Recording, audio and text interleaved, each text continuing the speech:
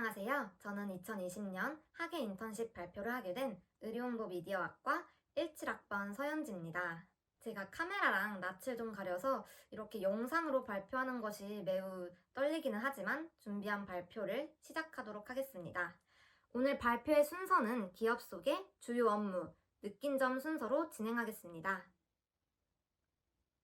가장 먼저 제가 이번 방학에 인턴십을 다녀온 회사는 CY 바이오 솔루션즈라는 회사입니다. CY 바이오 솔루션즈는 비타민이나 화장품을 수입해서 유통하는 회사로 기업명은 다소 생소할 수 있지만 여기서 유통하는 어린이 비타민 꾸미바이트나 바티스트 드라이 샴푸는 올리브영이나 전지적 참견 시점, 나 혼자 산다 등 방송에서 한 번쯤은 본 적이 있는 분들도 계실 것 같습니다. 이곳에서 마케팅 부서 인턴으로 약 2달간 근무를 하였습니다. 회사의 위치가 강남구 도산대로에 위치하고 있어 저희 집과 상당히 꽤 정말 많이 멀어 한 달 교통비만 10만 원이 넘게 나오고 퇴근할 때면 이런 좀비 몰골을 하고 있기는 했지만 제가 2달간 열정을 가지고 근무를 할 수 있었던 것은 직무가 제 적성과 잘 맞다는 것과 회사 분위기가 좋았다는 것입니다. 직무 적합성은 조금 이따 업무에 대한 이야기를 다룰 때 추가 설명을 하기로 하고 우선 회사 분위기를 말씀드리자면 말로만 가족 같은 분위기가 아닌 정말 가족 같은 분위기였습니다. 우선 정해진 근무 외에는 시간을 요구하지 않았고 탕비실에 넘쳐나는 간식과 매일 점심 식사를 제공해준다는 것이 제게 소확행을 가져다 주었습니다. 또 많은 분들이 궁금해하실 것 같은 급여는 처음 학교에서 인턴 선정이 되었을 때까지만 해도 실습비로 한 달에 50만 원을 받는 것으로 알고 갔지만 출근 후에 아무리 인턴이어도 50만 원은 교통비밖에 안 나올 것 같다며 150만 원으로 인상을 해주셨습니다. 이 외에도 퇴근 시간에 비가 너무 많이 오거나 이럴 때에는 퇴근할 때 고생이 많다며 기프티콘 등도 보내주시고 앞으로 마케팅 직무를 수행하기 위해 필요한 공부나 자격증 등의 조언도 받을 수 있었습니다. 인재상은 성실성과 적극성인 것 같습니다.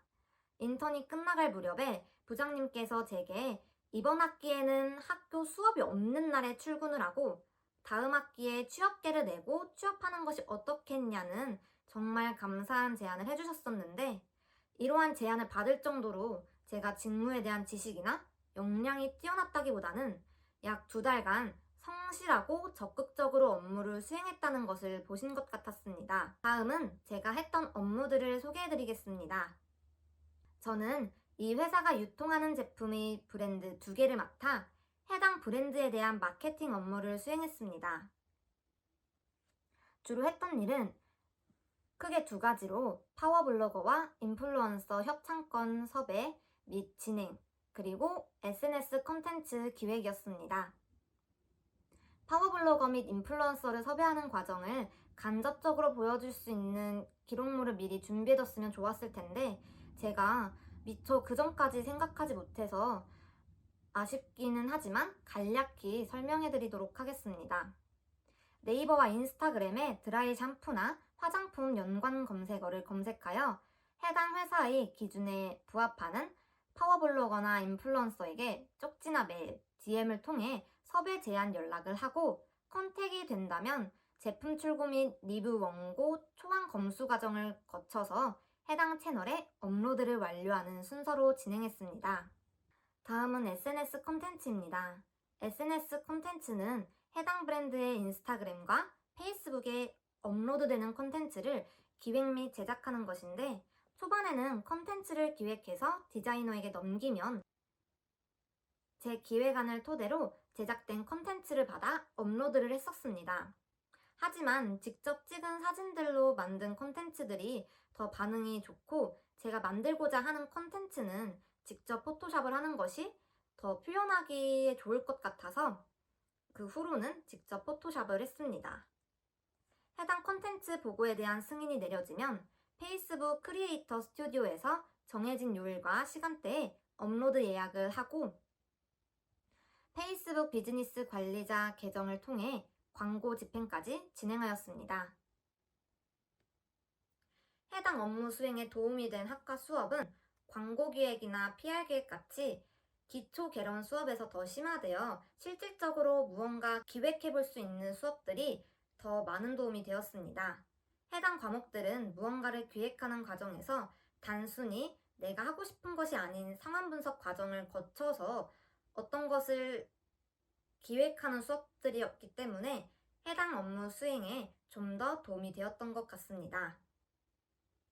그리고 전혀 예상하지 못한 부분일 수도 있지만 파워블로거나 인플루언서들과 이메일 등의 온라인 네트워크로 커뮤니케이션을 하는 경우가 많아서 PR 기획 시간에 배운 클라이언트와의 커뮤니케이션 방법이 특히 도움이 되었던 것 같습니다. 해당 업무를 수행하면서 필요하다고 생각한 역량은 바로 엑셀과 포토샵입니다. 엑셀은 모든 사무직 업무에서 기본이 되는 툴이라고 할 정도로 중요하지만 정말 부끄럽게도 저는 1학년 때 창의 컴퓨팅 기말고사가 끝난 이후 엑셀 관련 모든 지식을 리셋해버리는 바람에 업무 초반에 인터넷 검색이나 주변 사람에게 물어보는 등의 약간의 어려움이 있었습니다. 혹시 이 발표를 보고 계신 1, 2학년 분들이 계신다면 수업 시간에 외운 엑셀을 꼭 기억하시는 것이 좋을 것 같습니다. 그리고 최근 뉴미디어 시장이 성장함에 따라서 마케팅 분야에서도 디지털 마케팅 시장이 커지고 있는 것을 보면 업무 중에 간단한 포토샵 정도는 직접 할 수 있는 것이 업무 수행에 도움이 될 것 같습니다. 마지막으로 제가 2달 동안 인턴 생활을 하며 느꼈던 것들을 말씀드리겠습니다. 지금 이 영상을 보고 계신 분들이 앞으로 어느 분야의 인턴 생활을 하실지는 잘 모르겠으나 모든 분야에서 공통적으로 중요하게 여겨지는 것은 바로 적극성일 것입니다.